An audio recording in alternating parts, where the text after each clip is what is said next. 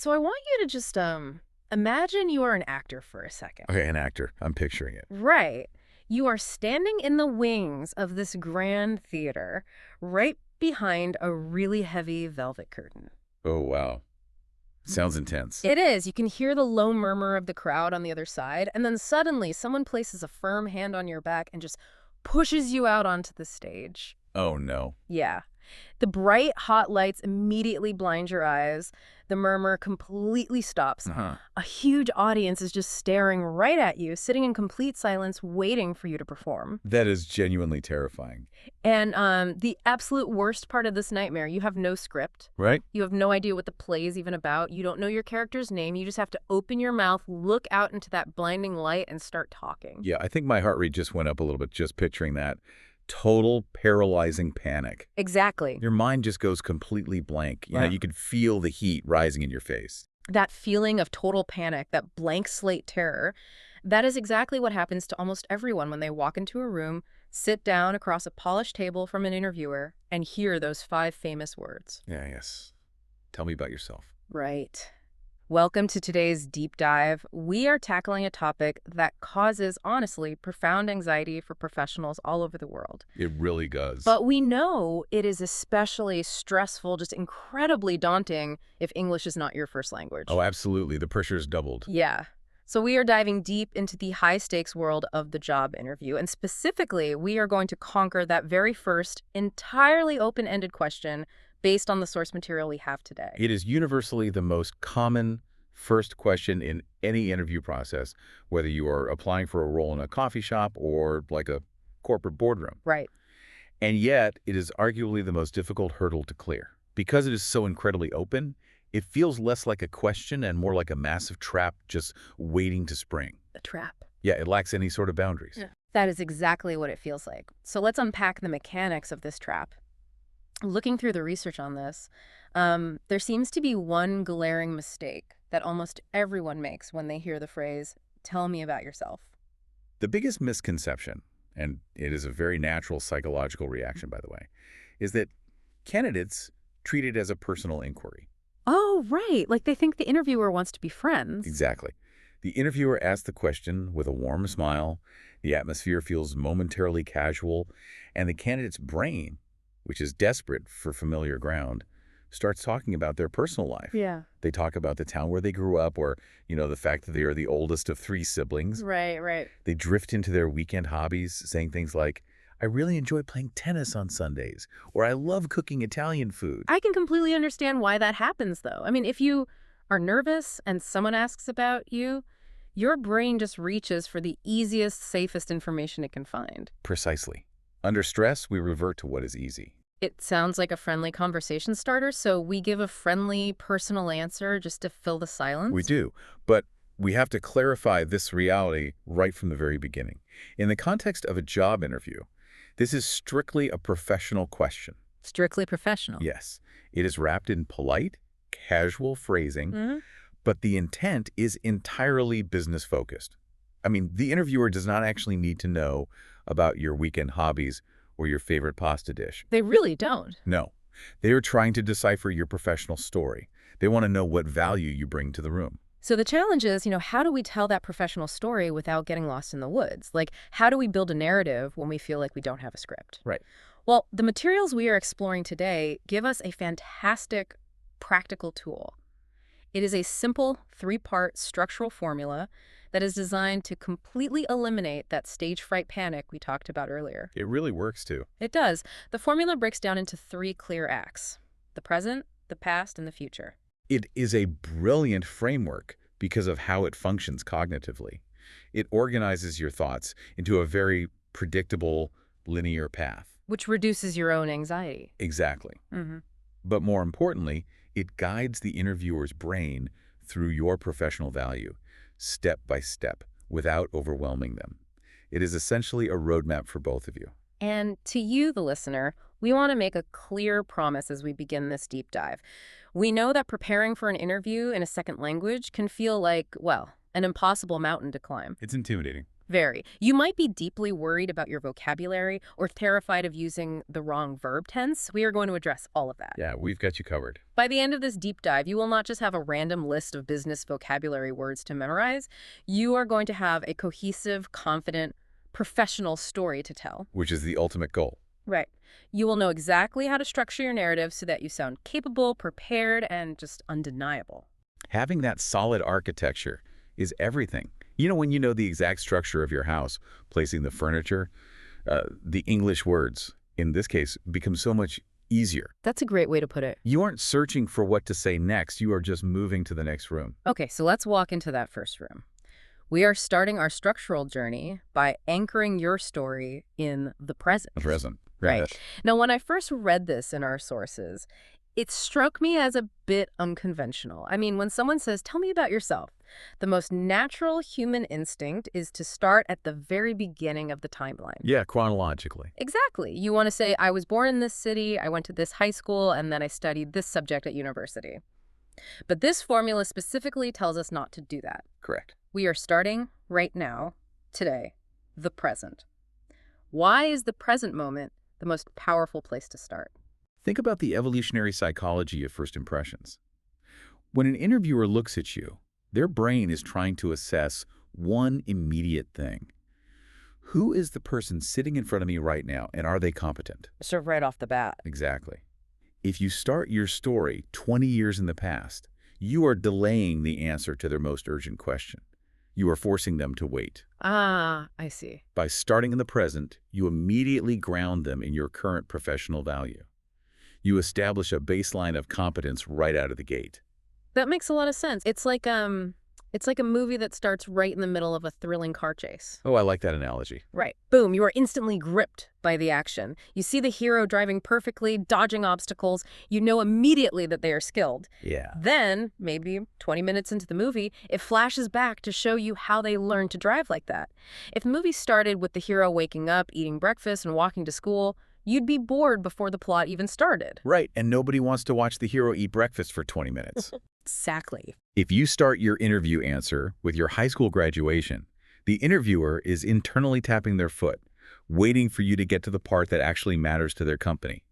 Starting in the present is the professional equivalent of that opening action scene. Okay, so let's look at how this works in practice.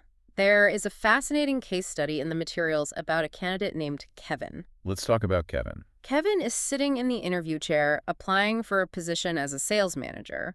When the interviewer asks him to introduce himself, Kevin completely ignores his childhood and his university days. Good for Kevin. Yeah. He begins with this exact sentence. Currently, I am working as a senior sales representative. Notice the deliberate vocabulary there, the word currently. Currently. Yeah. It is an incredibly useful professional signal word. When you start a sentence with currently, you are sending a clear beacon to the interviewer's brain that says, we are talking about today. It sets the stage immediately. It does. It immediately focuses their attention. Then, Kevin follows it with a very stable structure. I am working as. Which is very simple English. Very simple. You could also simply use I am a, followed by your job title, I am a graphic designer, or currently I am working as a junior accountant.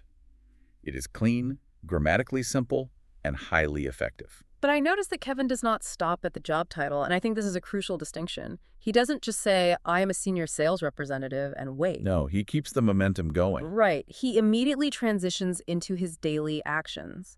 The case study notes that Kevin says, my main responsibility is managing client relationships and hitting monthly sales targets. Yes. Now, if I'm looking at a resume, I can see the title. Why is adding that specific responsibility so transformative for the listener? Because a job title on its own is entirely static. It is just a label printed on a business card. Oh. If you just say, I do sales, or I am in marketing, you are using very basic language that doesn't convey any real professional weight. A title doesn't tell me what you actually do between 9 in the morning and 5 in the evening. It's too vague. Right. But when you use the phrase, my main responsibility is, you are shifting from a static label to dynamic action. You are demonstrating ownership of your work. It paints a picture, like Managing client relationships lets the interviewer visualize you actually picking up the phone, talking to people, solving problems. Exactly. It elevates the level of your English from conversational to professional. Yeah. You are no longer just existing in a job, you are actively driving results in that job. Okay, but before we even get to the words currently I am working as, I want to pause for a second. Sure. Because the research points out something that happens before Kevin or our listener even opens their mouth. The present phase of the interview actually begins the exact second you become visible to the interviewer. Yes. The first 30 seconds are dominated by nonverbal communication, body language. The unspoken present. And we honestly cannot overstate how critical this is, especially when navigating Western corporate environments. Right. Long before the interviewer processes your English vocabulary, their primitive brain is processing your physical presence. Are you safe? Are you confident? Are you approachable? The materials highlight some very specific physical cues that answer those unspoken questions. Making direct eye contact, Crucial. offering a firm, deliberate handshake if you are in the same room, sitting up straight in your chair rather than slouching, and perhaps most importantly, offering a genuine, warm smile. A smile is an incredibly powerful tool for a candidate. It signals that you are comfortable in your own skin, which implies competence. Yeah. It shows you are approachable and, frankly, that you would be a pleasant person to see in the office every day. People want to hire people they actually like.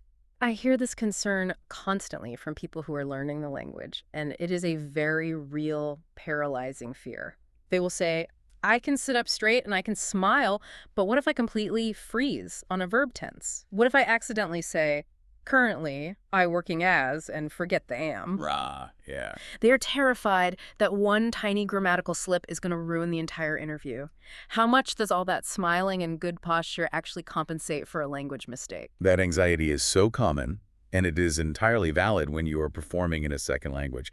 You feel like you are walking a tightrope without a net. Exactly. But here is the liberating reality of human psychology in an interview room. Warmth, confidence, and positive energy will almost always override minor mechanical language errors. Wait, really? Even in a formal corporate interview? Absolutely. The interviewer is not a grammar teacher holding a red pen. They are a manager looking for a teammate. Oh, that's a good distinction. Right. If you walk in, stand tall, look them directly in the eye, smile warmly, and say with enthusiasm, currently, I working as a designer, missing the auxiliary verb completely, the interviewer's brain will likely autocorrect the grammar for you. They won't even... Often, they won't. What they register is not the missing word. They register your positive energy. They register that you are a resilient, pleasant professional. That is incredibly encouraging. So the goal is not mechanical perfection. The goal is human connection. The connection is the absolute priority. Think of your body language and your confident posture as the foundation of a bridge. Okay. If the foundation is strong, the words can just walk across it, even if they stumble slightly along the way. Yeah. If you project terror and avoid eye contact, perfect grammar won't save you. Okay, so we have established this strong, unspoken foundation. We have opened our mouth, used our word currently, given our title, and stated our active responsibilities. Right. But we're still in this first phase, the present. And this brings us to a concept in the research that I find fascinating, the hook. Ah, the hook. The hook is where real magic happens. This is the moment you transition from being just another capable applicant to becoming a memorable human being. Yeah, you separate yourself from the stack of resumes. Going back to Kevin, the sales manager, after he states his daily responsibilities, he adds one short, very deliberate sentence. He says, I've always been passionate about technology. Yes. That single sentence is his hook. Let's dissect the phrasing there. Passionate about. When you say you are passionate about something, you are signaling that your connection to the work goes beyond just collecting a paycheck. It's personal. It means you have a deep, sustained interest. You bring personal energy and curiosity to the subject. You can insert almost anything into that phrase. You might be passionate about clean design, or passionate about analyzing numbers, or passionate about building communities. Sure. But why does this work so effectively on the interviewer? What is actually happening in their brain when they hear that? Well, put yourself in the interviewer's shoes for a moment. They might be conducting 5, 8, or 10 interviews in a single day for the exact same position. They're probably exhausted. Completely. By candidate number 6, all the resumes start to blur together. Everyone has a degree. Everyone has 3 years of experience. If you just recite the facts of your resume, you become invisible. You become white noise. Wow, yeah. So the hook acts as an emotional tether. When you state a professional passion, you are showing a spark of humanity. You are revealing intrinsic motivation. It makes the exhausted interviewer sit up slightly straighter and think, oh, this person actually cares about the ecosystem of this work. I want to listen to the rest of this narrative. It elevates the interaction. It is the difference between a robot reciting a manual and a human being sharing their professional drive. Precisely. And to fortify that hook, the materials dive into the strategic use of what we can call professional adjectives. Oh, yes. Let's talk about these. These are specific, highly calibrated words you can use to define your professional character during this present phase. Let's explore these because for our listener, these are not just vocabulary words, they are strategic tools. The first adjective highlighted is proactive. Proactive. Now, a lot of people will just say, I'm a hardworking person.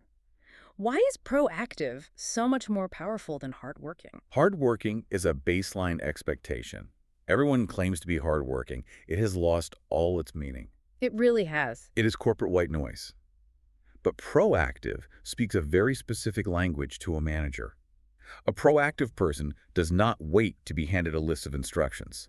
They anticipate problems before they occur. They see the issue coming. Right. They see a system that is broken, and they fix it without being asked. When you use the word proactive, you are signaling to the hiring manager that they will not have to micromanage you. You are basically telling them, I will make your life easier. Exactly. You're speaking their specific corporate love language. I love that. The corporate love language. The second adjective is detail-oriented. This is crucial for roles involving data, scheduling, or complex execution. Detail-oriented means you possess a rigorous attention to the microelements of a project. The little things. Right. It means you double-check your own work before submitting it. You do not make careless, costly mistakes that someone else has to clean up. And the third word they emphasize is reliable. Reliable Yeah. is the cornerstone of trust. It means you are entirely dependable. If you commit to delivering a presentation by Friday at noon, it is on the manager's desk on Friday at 11:55 a.m. You are a known quantity in an unpredictable world. Exactly. So when a candidate uses these words, proactive, detail-oriented, reliable, they are painting a very specific psychological portrait. They are describing the ultimate low-maintenance, high-output employee. That peace of mind is what the manager is truly trying to buy when they hire you. That's spot on. Let's ground this in a practical exercise for the listener right now. If you are listening to this, I want you to mentally fill in the blanks using the architecture we just built. Think of your own career right now. Great idea. First blank. Currently, I am working as a... Insert your title. Simple enough. Second blank.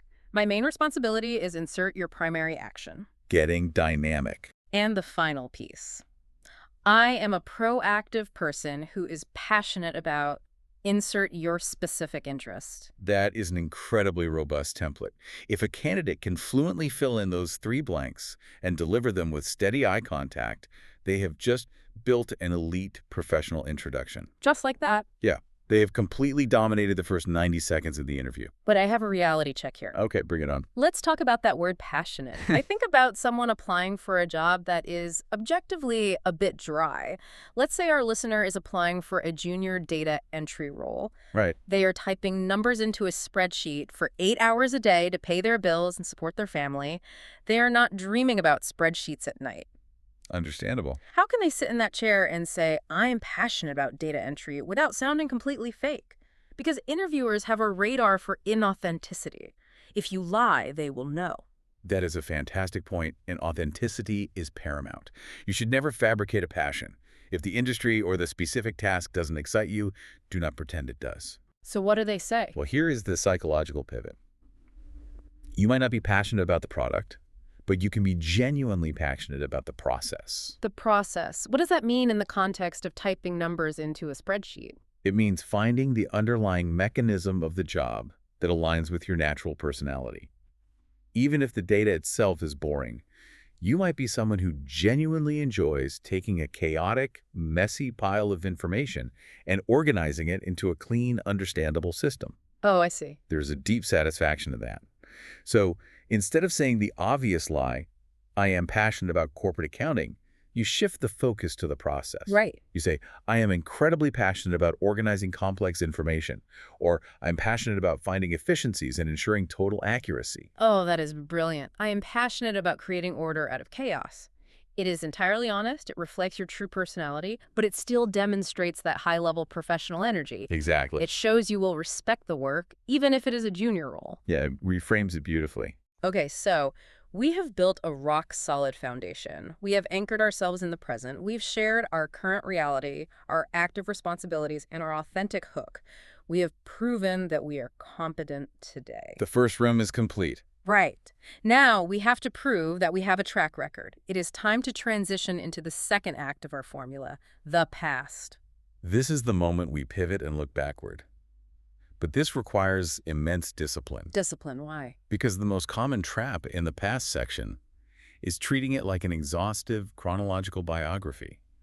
Candidates feel compelled to list every single job they have held since they graduated high school. Yes, the resume reading, it is agonizing. Please do not tell the interviewer about your summer job folding clothes at the mall 10 years ago unless you are applying to be the CEO of that specific clothing brand. Right. It is entirely irrelevant. The past must be a highly curated exhibition. Think of yourself as a museum curator. A museum has thousands of artifacts in the basement, but they only put the 5 most relevant, compelling pieces on display. That's a great image. You must only select the specific past roles and experiences that directly support your ability to do the job you're interviewing for today. And to guide the interviewer through this curated exhibition, the research heavily emphasizes the use of transition words. So important. This is a vital linguistic tool for our English learners. When you are constructing a narrative, you cannot just drop facts onto the table. You need connective tissue. You need phrases like before that, or previously, or I started my career as. Those transition phrases are cognitive map markers. When the interviewer hears the word previously, their brain smoothly shifts gears into the past tense without getting confused about timelines. It organizes the chronological flow in the listener's ear. I think of those transition words like the mortar between bricks. If you just list your previous jobs with no transitions, you just have a pile of loose bricks. A pile of bricks isn't a wall, and it certainly isn't a bridge you can walk across. But when you use words like prior to this role, you are applying the cement. You are building a smooth, cohesive bridge that allows the interviewer to walk safely from your present competence back into your past experience without stumbling. That is a perfect way to visualize it. Mm. You are responsible for building the bridge for them. Let's look at how our example candidate, Kevin, builds his bridge into the past. Okay, let's hear it. He says, before my current role, I worked at XYZ Marketing. I managed several large projects. One of my biggest achievements was when I increased overall sales by 20%. Let's look at the engine of those sentences. The vocabulary focus here relies entirely on active verbs in the past tense. Words like managed, increased, developed, organized, solved. Why is the shift from passive language to active language so transformative? It changes the fundamental psychology of the story. Any candidates, out of nervousness or modesty, use passive descriptive language. Like what? They say things like, I was a manager there, or my job was to be in charge of projects. Yeah. That phrasing makes it sound like the job just happened to them. They were just sitting in a chair and the title fell on their head. It lacks agency. Right. But when you switch to active past tense verbs, I managed a team of 10, I developed a new software system, I solved a critical supply chain issue, you completely alter the dynamic. You become the protagonist of your own career. You aren't just an extra in the background. You are the hero who is actively making decisions and driving the plot forward. Exactly. Active verbs, project agency, and competence. And Kevin incorporates another incredibly potent tool in his past section. He introduces a number. Yes, the number. He doesn't just say he did a good job. He says, I increased sales by 20%. Numbers are practically magic in an interview context. Why does the human brain react so positively to a specific number? Because numbers instantly evaporate doubt. During an interview, the hiring manager is constantly evaluating the truthfulness of your claims. If you say, I improved our sales a lot, the word a lot is entirely subjective. Right. To you, a lot might mean $10. To the company, it might mean $10 million. Exactly. It's an abstract opinion. But the moment you introduce a specific metric, I increased sales by 20%, or I managed a budget of $50,000, or I trained 15 new employees, you anchor your abstract claim to objective reality. It makes it real. Numbers are irrefutable facts. They give massive structural weight to your narrative. So we know we need active verbs and we know we need numbers, but how do we structure these past achievements so we don't end up rambling? We use a framework. Right. The materials offer a universally recognized framework for this known as the STAR method. STAR. The STAR method is the gold standard for behavioral interview questions. It is an acronym. S stands for situation. T stands for task, though those two are often combined. Okay. A stands for action, and R stands for result. Let's break down why this works cognitively. The materials provide a very clean, simple example of STAR in action. Yeah, let's walk through it. Situation. The production team was running 2 weeks behind schedule. Action. I created a new automated tracking spreadsheet. Result. We finished the project 2 days ahead of the deadline. The reason the STAR method is so psychologically satisfying is that it mirrors a classic arc of storytelling. The human brain is hardwired to respond to stories. It loves a good narrative. Exactly. The situation sets the scene and introduces the conflict. The brain immediately recognizes a problem and wants to know how it gets fixed. The action is where you step in as the protagonist using your active verbs.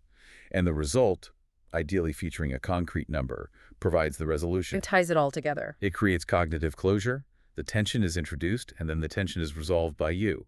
It gives the listener a literal dopamine hit of satisfaction. It also acts as a brilliant boundary for the speaker. If you know you just have to hit situation, action, result, it prevents you from talking for 5 minutes about office politics. You get in, you deliver the value, and you get out. Clean and efficient. But this brings us to a massive psychological roadblock. We are talking about proudly stating your results, highlighting your actions, and owning your success. The research highlights a culture corner here that I think is one of the most important things we will discuss today. It is so important. We need to deeply explore the paralyzing fear of bragging. This is a profound hurdle, particularly for international candidates entering Western and specifically American corporate cultures. Yeah. We have to acknowledge that in many, many cultures around the world, particularly across Asia and parts of Europe, deep humility is ingrained as one of the absolute highest societal virtues. Right. From a very young age, you are taught that boasting is vulgar. You do not talk about how smart or successful you are. The philosophy is that if you do excellent work, the work will eventually speak for itself, and a wise manager will notice it. Right. The nail that sticks out gets hammered down. So, you take a brilliant, highly capable candidate who has been conditioned for 30 years to practice humility, and you put them in an American-style interview where they are essentially expected to sell themselves like a product. It feels deeply unnatural. It feels gross. It feels wrong. They sit there feeling like if they use the STAR method and talk about increasing sales by 20%, they're being arrogant, showing off, and violating their own cultural values. It creates a massive internal friction. But we have to fundamentally reframe the philosophy of the interview room for these candidates. In the context of a Western professional interview, stating your facts, outlining your actions, and quantifying your results is absolutely not bragging. How do we redefine that? We need to redefine what bragging actually is. Bragging is an emotional comparative statement. Bragging is sitting in the chair and saying, I am the smartest person who has ever worked in my last company. Everyone else was lazy, and I am a genius. Right? That's terrible. That is bragging, and it is highly toxic. But saying, the project was delayed, I built a new system, and we finished 2 days early, that is simply providing evidence. Providing evidence. I want our listeners to really absorb that phrase. You are not boasting. You are acting as an expert witness in the courtroom of your own career. Exactly. The interviewer is the judge and jury, and they are starting with a blank slate. They do not know you. They have not seen you work late hours. They do not know your dedication or your intellect. They are totally blind to it. Right. If you rely on them to simply notice your brilliance without you speaking it aloud, you will lose the job to someone who is less capable, but more vocal. You must give the interviewer the empirical evidence of your competence so they have the data required to hire you. That is such an empowering perspective shift. By reporting the facts, you aren't abandoning your humility. You are just fulfilling the professional requirements of the meeting. You are giving them the data they need to make a good business decision. That's all it is. So please, to our listeners, do not hide your light under a basket. Report the facts, use your active verbs, build your STAR stories, give them the evidence. Absolutely. Okay, let us take a breath and recap the map we have traveled so far. We started by bursting out of the gate with a strong opening scene in the present, stating our current role, detailing our active responsibilities, and delivering an authentic professional hook. Beautifully done. Then, using smooth transition words to build a bridge, we traveled back into the past, sharing a highly curated museum exhibition of our achievements, relying on active verbs and the STAR framework to provide concrete evidence of our skills. So we have the foundation and the track record. Right. We have established who we are today, and we have proven how we got here. We have one final critical destination, Act 3 of our formula. We are landing in the future. The future is the capstone of this entire structure. And yet, surprisingly, it is the section that the vast majority of candidates completely fail to include. Why is it so commonly forgotten? Because of how the initial question is phrased. When someone says, "Tell me about yourself," the candidate's brain interprets that as an entirely historical request. Oh, that makes sense. So they talk about what they do now, they talk about their past jobs, and once they hit the end of their resume, they feel like they have answered the prompt. So they just stop talking. They just trail off. But stopping there leaves the narrative entirely unresolved. It leaves a massive, silent question hanging in the air of the interview room. And what is that silent question? Why are you sitting in that chair in this specific office today? Right. I know you are a great sales manager, and I know you were great at your last job, but why do you want to work here? Exactly. If you don't answer that, the interviewer might think you are just applying to 100 random jobs, and this one happened to call you back. Let's explore the vocabulary for expressing these future goals professionally. How do we pivot into the future? The materials provide some excellent forward-looking phrases. If you just say, "I want this job," it sounds a bit desperate or elementary. Right, a little too basic. Instead, you elevate the language by using phrases like, "I am looking to," or "moving forward, my goal is to," or "I am eager to." I am eager to. I love the energy of that word, eager. It implies a readiness to spring into action. It shows forward momentum. Let's see how our example candidate, Kevin, executes this final pivot. Let's look at Kevin again.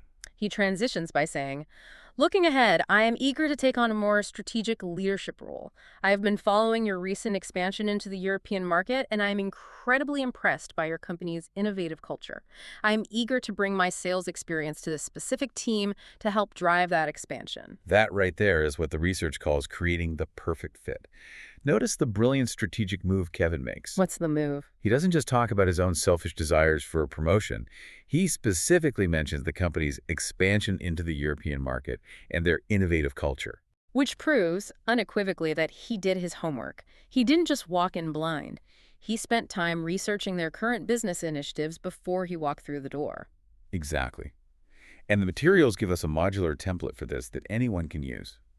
I am deeply impressed by your company's blank. You can put anything in there. You can fill in that blank with a recent award they won, a new product they just launched, their commitment to sustainability, or their specific company culture. That's a great tool. By doing this, you're performing a highly sophisticated psychological synthesis.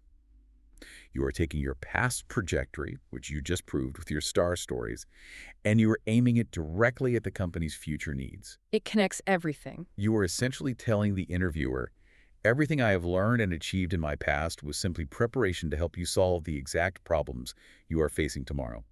When you successfully align your personal career goals with the company's strategic goals, making the decision to hire you begins to feel less like a risk and more like destiny.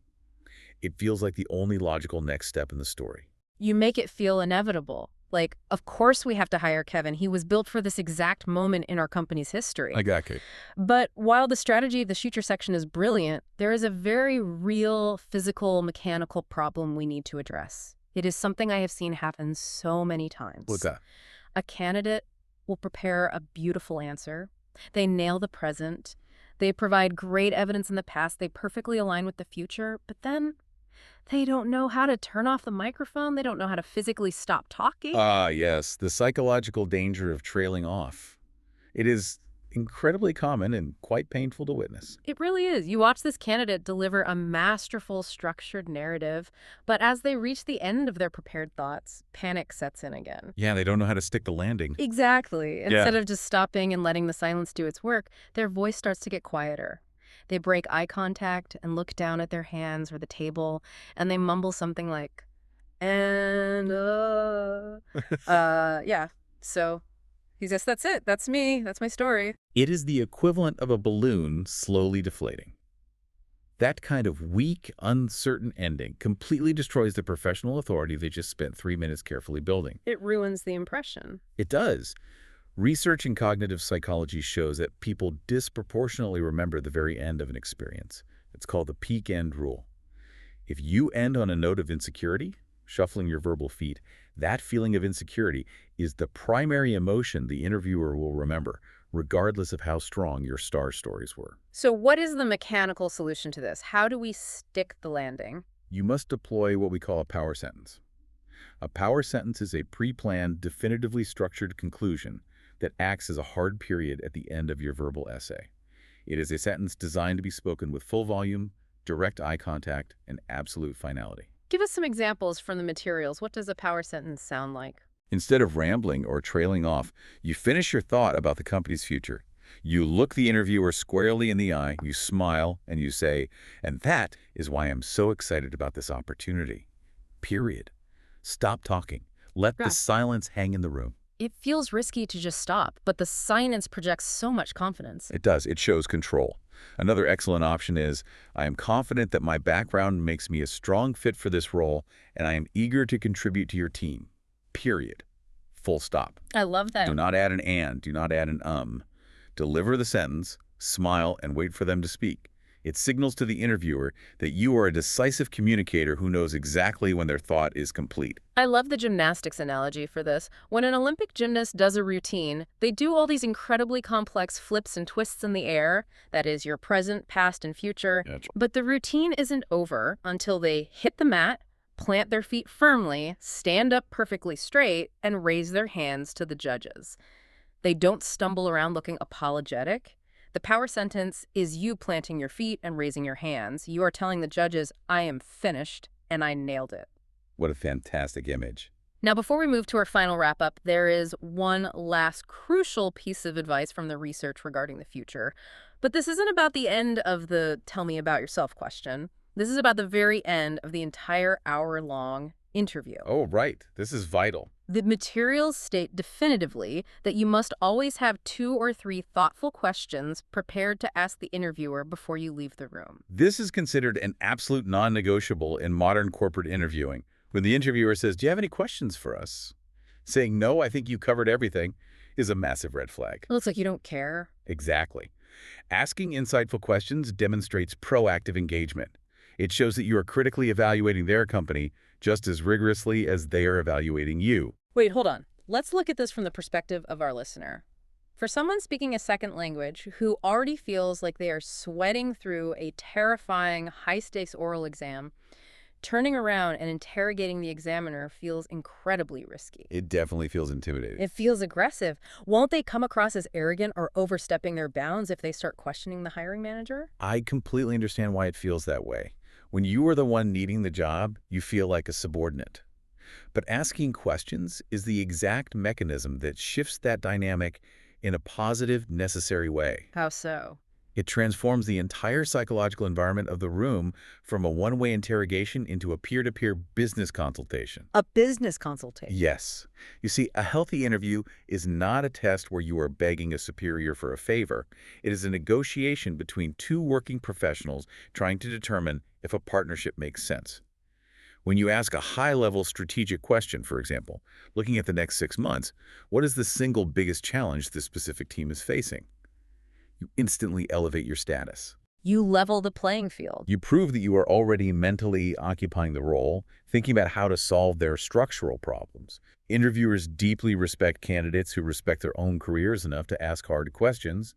It shows you have options and standards. That completely reframes the anxiety. You are not a student hoping for a passing grade. You are a consultant evaluating a potential client. That shift in mindset alone could eliminate half the nerves of an interview. I think so too. Okay, let's take a step back and look at the entire cohesive journey we have mapped out today. We started by recognizing the terrifying trap of tell me about yourself, understanding that it is not an invitation to discuss your childhood or your love of tennis, but a demand for a structured professional narrative. We countered that trap by anchoring ourselves in the present. We bypassed the chronological timeline and immediately established our current value. We stated our job title, elevated it by describing our active daily responsibilities, and deployed a strategic hook. The passion hook. Right. Expressing our passion for the process using powerful corporate adjectives like proactive, detail-oriented, and reliable. We proved that we are a low-maintenance, high-output professional today. Then, acting as curators of our own history, we used smooth transition words to build a bridge to the past. We discarded the passive language and embraced active, past tense verbs, proving our agency. And we reframed bragging. Yes. We tackled the cultural fear of bragging, realizing that using the STAR method to share our quantified results isn't boasting. It is simply providing the jury with the undeniable evidence of our competence. And finally, we closed the loop by projecting into the future. We answered the silent question of why are you here? By seamlessly aligning our proven past trajectory with the company's future needs, creating the perception of the perfect fit. We nailed the landing. We ended our narrative not with a whimper, but with a decisive power sentence, and we prepared to end the entire meeting by asking peer-level questions that demonstrate our strategic thinking. Present, past, future. It is an incredibly elegant, deeply powerful psychological structure. But knowing the theory of the structure is only half the battle. Our sources leave us with some vital, highly practical advice on how to actually prepare this narrative before you ever walk into the building. Execution is everything. The first step is physical. You must write your answer down. Do not just think about it in the shower. Get a piece of paper or open a document and physically write out your present, past, and future sections. You have to see it in front of you. Editing happens on the page. Then you must practice speaking it out loud. Doing it in front of a mirror is highly recommended, not out of vanity, but for data collection. You need to observe your own unspoken presence. Checking your body language. Are you maintaining eye contact with yourself? Is your posture confident? Are you remembering to smile, sending those crucial signals of warmth and competence? But, and this is a massive flashing red warning light for our listeners, you must not, under any circumstances, memorize what you wrote down word for perfect word. Absolutely do not memorize a script. It is the most dangerous trap of preparation. If you memorize a rigid 50-word paragraph, you will inevitably sound like an AI robot reading a teleprompter. It sounds so unnatural. All the human warmth disappears. And worse, human memory under stress is fragile. If you are reciting a perfect script and you suddenly forget the 14th word, your brain will crash. You will panic, the silence will stretch, and the entire structure will collapse around you. You will find yourself right back on that terrifying theater stage with the blinding lights, totally frozen. Exactly. The goal of writing it down is not to memorize the words. It is to internalize the architecture. You want to memorize the three landmarks: present, past, future. You want to memorize your key numbers and your active verbs. The structural pillars. Yes. If you have the architecture deeply ingrained in your mind, the exact English words you use on the actual day of the interview will flow naturally. They might be slightly different than what you read on the paper, and that is actually better. It will sound conversational, authentic, and alive. Internalize the structure, don't memorize the script. That is the ultimate key to freedom in the interview room. It really is. Now, as we bring this incredibly dense and productive deep dive to a close, I want to leave you, our listener, with a final provocative thought to ponder. We have spent this entire hour analyzing the present, past, future formula purely as a tactical weapon for surviving job interviews. Right. But I want you to zoom out and think about the broader implications of this framework. What if you started utilizing this exact same structure in other lower stakes areas of your life? Oh, that's an interesting idea. Imagine applying this the next time you are at a casual networking event or even just a dinner party, and someone asks you that standard, sometimes awkward question. So what do you do? That question can be surprisingly hard to answer. It is.